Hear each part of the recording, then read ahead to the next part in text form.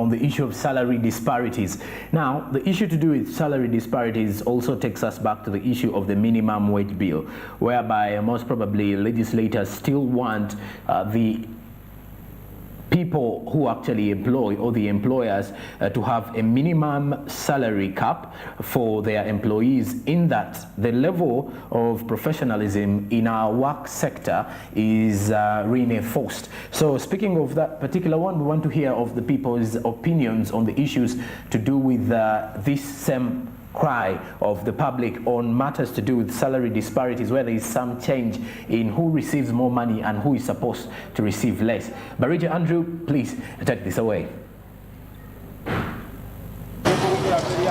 Thank you very much, Jerome Paul Sonko. And today we are discussing the aspect of salary disparities that has been something that has been really trending into Uganda regarding how salaries are distributed among the different workers. And today we are in Chiwuli on the streets to find out the people's views regarding salary disparities. And of course we want to find out, according to them, what should be the determinant of the salary of a person. What should they base on to say that so and so should be given this amount of salary? Because you find that a majority of Ugandans actually earn a less salary as compared to the amount of work they do. So we want to rectify such issues regarding the salary disparities to ensure that everything goes on very, very perfect. But today we want to get the mind of a common man regarding the salary disparities and regarding how much money should be considered when allocating a salary to an individual. There are quite many people that get money that they are not supposed to get, and also some Ugandans receive less money as compared to the work that they perform. But now we are going to get the opinions regarding the salary disparities. What do people think? How much should be given to the people to ensure that there is effective distribution of salary? So we are getting opinions of the people. Kale mukama wange oli buteevu ku Smart 24 TV. Olwali twogera ku nsonga y'engabanya y'emisala. Ojogerako kigwe mukulaba okuko. Bandisinzidde ku ki omuntu okumuwa omusala nti ono ayinafuna guno. Kuba tulabye abantu abamu bafuna ssente zisusse nga ate nga ddala mu butuufu nga tabalina zifuna. Kati gwolowooza bandisinzidde ku ki okuwa omuntu omusala? Ndowooza kisinzira ku department gy'abakola mate n'omulimu gwakola n'engero gye yasomamu. Naye kati nga nze engero gye ndabamu engero gye tutambuzamu ebintu byaffe. Kati nze ndaba ensonga gye tuna tunyigiriza y'amafuta.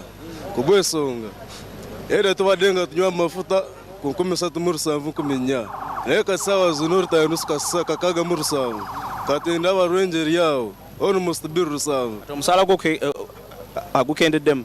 Era gukendedde ku bw'ensonga abantu embadde ntwalira 2,000-3,000 naye kati wa 2,000-3,000 abantu tebatongeza sente ate amafuta bagongera. Wanga obadde ojja ng'okozesa emitwalo gumu kitundu z'amafuta kati okozesa emitwalo 3 ate ndaba olunaku genda kunyuka wadde n'omutwalo nga toguweze ng'ozijjudde amafuta kyokka. Kale sebo tweyanziza nnyo ku nsonga. Omanyi lwali tuli ku nsonga ya misaala. Yes sebo. Yes, we are discussing getting opinions of the people. Sebo mujebaleko. Mujebalese. Gitambula gitya? Mpola. Akati olwaleero twogerako ku nsonga y'emisaala. Anti abantu tubalaba mu bitongole ebyenjawulo ebya gavumenti n'ebyobwannannyini bafuna ssente ezisusse. Oluusi nga tetumanyi oba ddala basaana ozifuna. Gwe mu kulaba okukwo olaba omuntu bandisinzidde ku ki okumuwa omusaala gwe bamuwa? Sisinziira omulimu gw'oba okola n'omusaala gw'oba olina okufuna.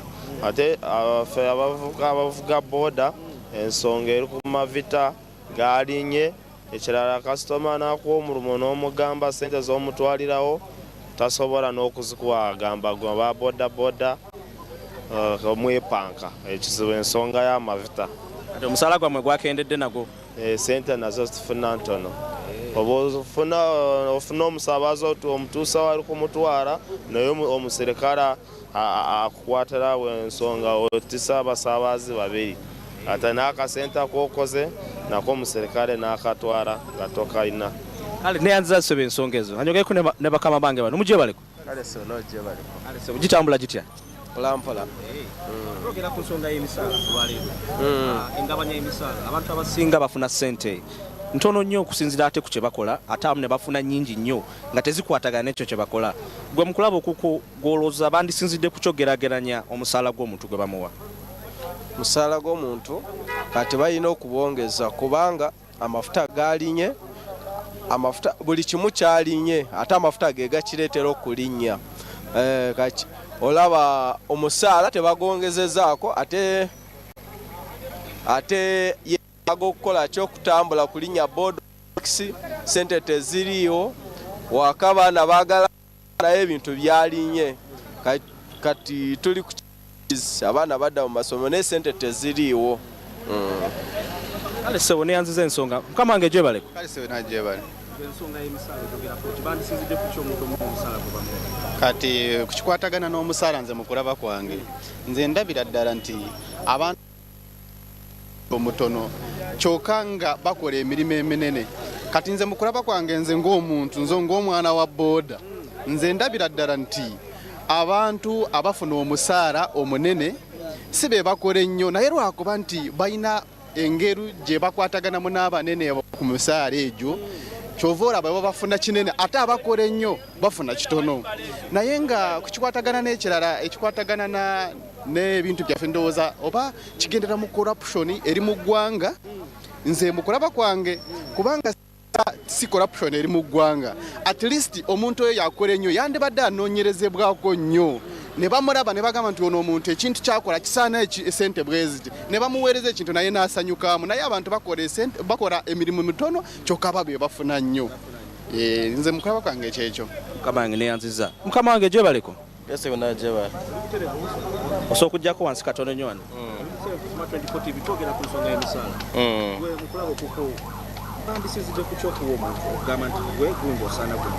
Tulabye ensonga nnyingi nnyo engeri abantu gye bafunamu emisaala mu bitongole ebya gavumenti n'ebyobwannannyini naye ggwe mu kulaba okuko olaba bandisinzidde ku kyokugamba nti ono katumuwe guno omusaala ono atwale guno. Kati nze nga bwe ndaba omuntu bandimuwadde omusaala okusinziira ku mulimu gwakola n'ensoma gye yasoma naye obuzibu bwe buli abagaba emisaala bateekamu nnyo corruption n'osanga oli gwawadde omulimu wa Luganda nga ino muwa musaala munene ate nga talina byakola oluusi nga n'omulimu gwakola teyagusomerera naye nga alinamu omusaala wakuba wa Luganda. Kati nga wano kyetwali ekya Uganda Airlines ono gwe yali ali omusaala naye nga byakola teri abimanyi kati onze we neebuuliza twasoma nga batugamba nti mu gavumenti mubamu IGG kati yo omulimu gwaba akola ki ate nga bamusasula si kulondoola abafuna emisaala eminene wala bakola batya kati bwe buzibu gwewa omulimu tasobola gukola naye n'osanga oli gwewa omusaala nga munene nga talina byakola kati bwe buzibu. Neyanziza nnyo ensonga ezo.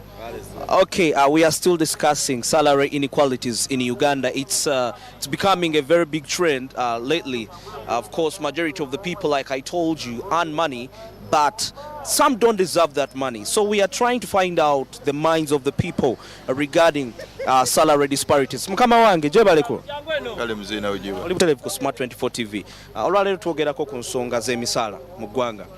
Tulabanga abantu bafuna emisaala egy'enjawulo mu bitongole bya gavumenti n'ebyobwannannyini naye nga oluusi kale nekyo kya gavumenti ne kale njagala okubuuza olowooza omuntu okufuna omusaala gwafuna kyandisinzidde ku kyokusinziira ku ndaba eyiyo.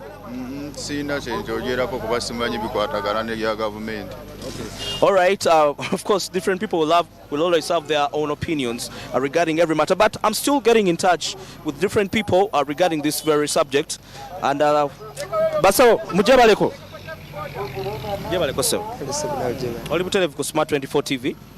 Olwaleero twogerako ku nsonga y'emisaala gwe mukulaba okukwo omuntu omusaala gwafuna bandisinzidde ku ki okubanga bamugerera kubanga tulabye ebitongole bya gavumenti byobwannannyini abantu bafuna emisaala egy'enjawulo naye nga ddala tetumanyi oba ddala bagisaana. Gwe mukulaba okuko bandisinzidde ku kyokuwa omuntu omusaala gwe bamuwa bani abafuna ezisabasaana bani ngani tugambe omuntu aba akola mu kampuni bandisinzidde ku ki okumugerera nti gundi osaana afuna musaala we guti mukulaba okukwo nti waliwo omuntu okubanga afuna omusaala kati waliwo omukazi gwe nawulira yali afuna sente mmeka obukadde 87 nga zivaawa ezo sente ziba zivaawa kubanga waliwo byekulinyisa ebintu ebbeeyi, amafuta galinnye, emmere erinnye.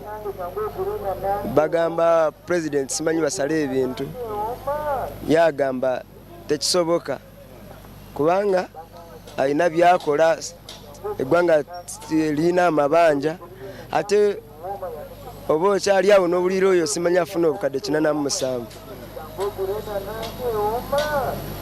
golooza bandisinzidde ku kyokugamba nti ono omuntu afune ssente gwe kundaba eyiyo okwenkanankana tebandigambye nti oba ono afune ssente bweziti. Eggwanga nga bwe liyimiridde, kubanga bw'ogamba nti ono yafune bweziti, ono afune ssente ntono, abasomesa bafune zino, simanyi abasawo, ate oli omuntu omu afune ssente z'abantu nga 100, awo kiba tekikola makulu, tekibeera kirungi, tekibeera kirungi. Awo kiba kitegeeza ono bw'aba nga afuna obukadde 47, omusomesa oba omusirikale afuna kangambe kati omusirikale yafuna 45, olowooza bw'asanga nze owa boda agenda kunkolera ki? Oba omusawo ku ssente ntono zaafuna ng'awulira oli yafuna obukadde 47, oba osuubirayo okukola emirimu gye bulungi? Kataawo nze ngamba bino ebyogamba nti ono afune ssente nnyingi, ono afune bweziti, kibanga eggwanga lyaffe lirina okutereera libeere bulungi. Buli omu aba alina okufuna ssente zalaba nti tezigenda kukosa ggwanga, ate bamuwe ssente ze balaba nti omulimu gwe kubanga n'oli afuna obukadde 47 aba talina kyakola, baakola ki? Okimanyi nti abo abasawo bakola emirimu, abasomesa bakola emirimu. So nze kyogamba nti omuntu afune ssente bweziti tekibeera ku muntu omu. Ensi yaffe buli omu baba balina okulaba nti ssente buli omu zaafuna zirimu eggumba. Kubanga kati wano osanga minisita afuna ssente bweziti ate nga talina na mugaso, kiraba. Kati nze mbadde ngamba bwe kibanga kyagamba nti omuntu afune ssente bweziti, balaba abantu si muntu omu.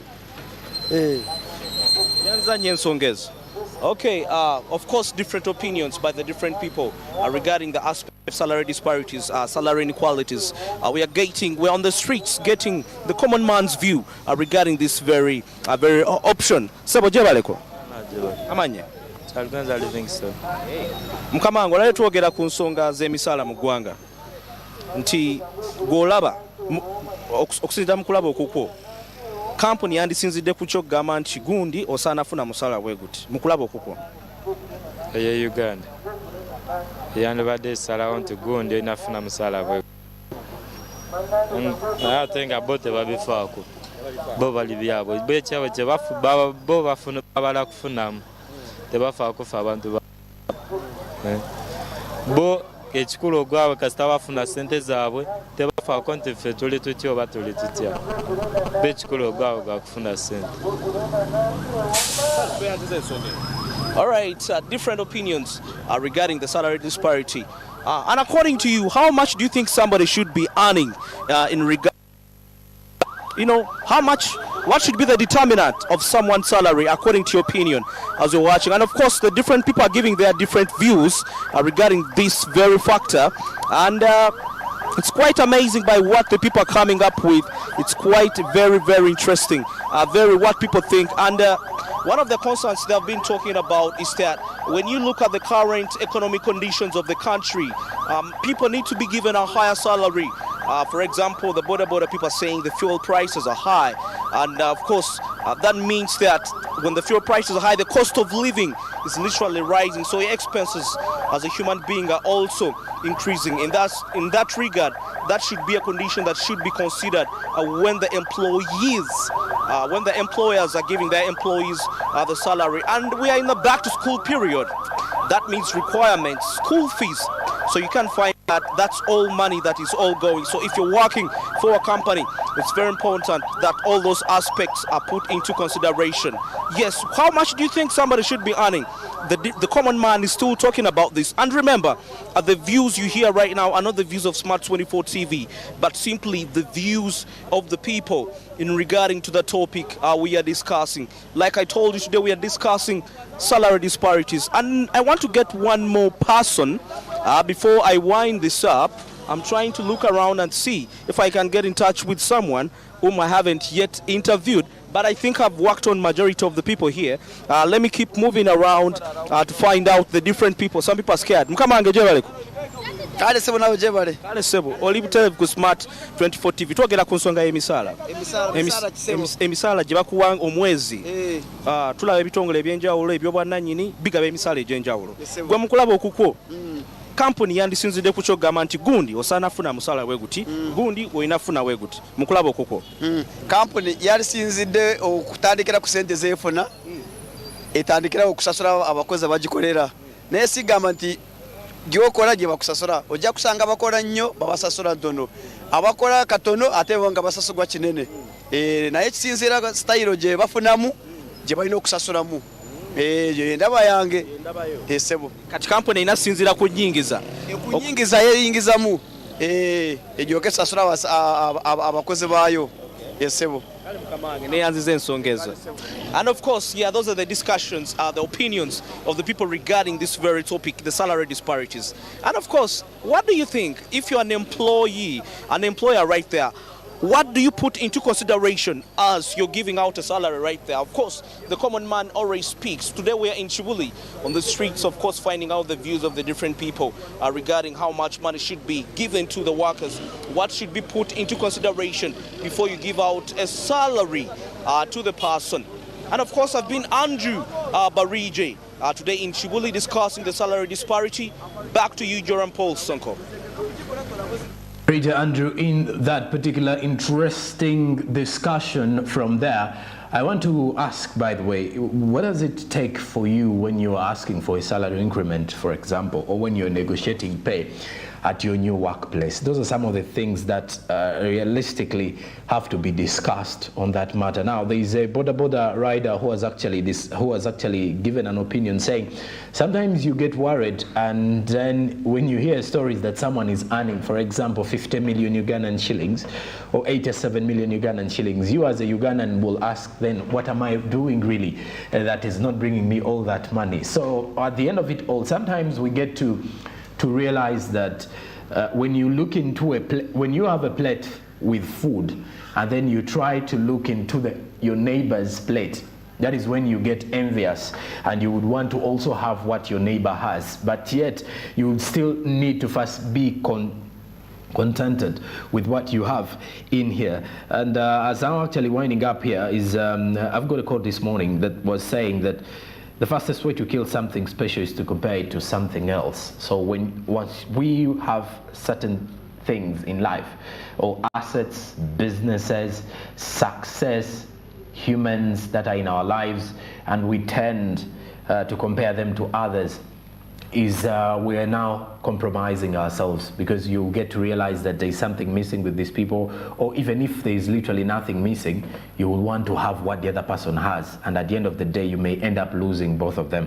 So it is something that you would definitely look up to. But many Ugandan workers out there still wanting to at least have a minimum salary cap, whereby if someone is coming in for a job, they are going to negotiate. But most probably in Uganda today, every company, I believe, has their own salary cap, different individuals earning different amounts of money at the end of the month or at the end of the week, if at all it's a wage, which is quite not common in African setting.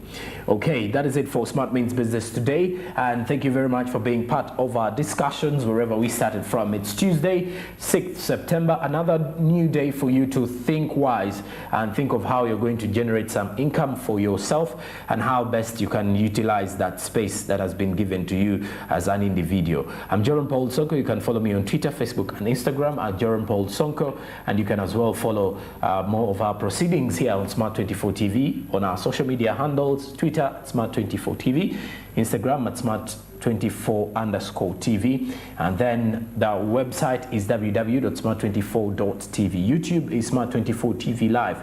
Please do remember to subscribe. I will leave you with the SMB no comment, but afterwards will be financial markets with Anthony Sebale, who later on will leave it up to Fred Makuya, and Naomi Mutumba will be with the Scale Up, and Hassan Duga with Jen Kolera. In the night, I'll be back with Business Today. Have a blessed day. Good morning.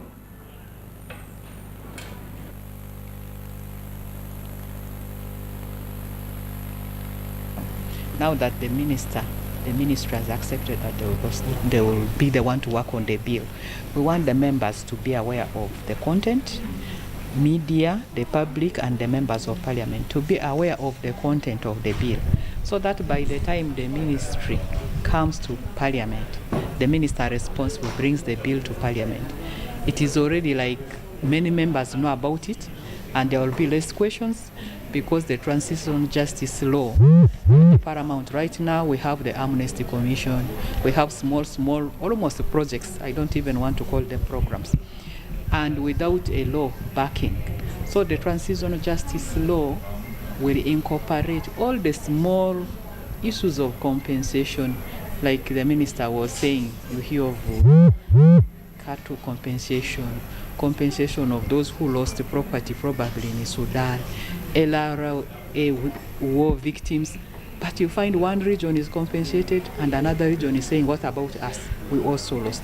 We had one of the victims testifying here from Teso region, said when they were trying to demand that they also suffered from Kony atrocities, the government told them Kony never reached in Teso area.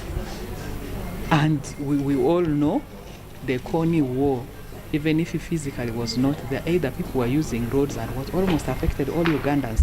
So I think if there's going to be a law on transitional justice, it will help to streamline anything of compensation, any future happenings, but above all, we want to focus on reparation.